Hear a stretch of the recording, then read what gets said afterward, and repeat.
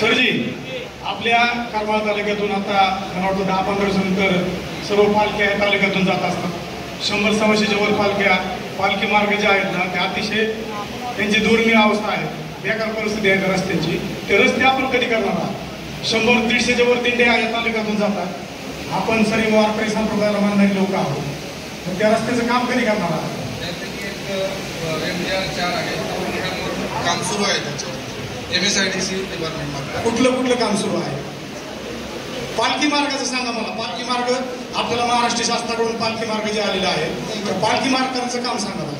परतीचा मार्गाचा जो कुंभेज रस्ता आहे, कुंभेज रस्ता परतीच्या मार्गाचा कुंभेज झरे रस्ता जो आहे त्याच्यावरती MSIDC मार्फत काम सुरू आहे. तो आता आपल्याकडे रस्ता नाही आहे. दुसरा रावगाव रस्ता आहे जिथून आपल्याकडे पालखी येते. सध्या त्याच्यावर काम काही मंजूर नाही. खड्डे भरणे आणि दुरुस्तीचं काम आहे ते आम्ही पालखी येण्यापूर्वी करून घेतो. त्याच्याकडे त्या मुख्य पालख्या झाल्या, परंतु आणि काही बाकीच्या दिंड्या आहेत, लहान मोठ्या दिंड्या 150च्या वर दिंड्या तालुक्यातून जातात.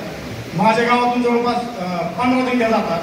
माझ्या दिंड्यांचा मार्ग जो आहे तो इकडून कर्जतकडल्या दिशेनं पोपळज आणि पोपळज नंतर तसं जीवन मार्गे निघतो. मग तो जो शेटपाल रस्ता आहे तो सन 1997ला झाला होता.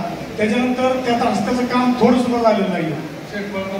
पोपळज रस्ता जो मंजूर असतानाचा रस्ता होता, तुम्ही मला वाटतं काहीतरी अर्धा किलोमीटर का 1 किलोमीटर रस्ता केला आणि त्याच्यानंतर त्या रस्त्याचं काम पूर्णपणे थांबलं होतं.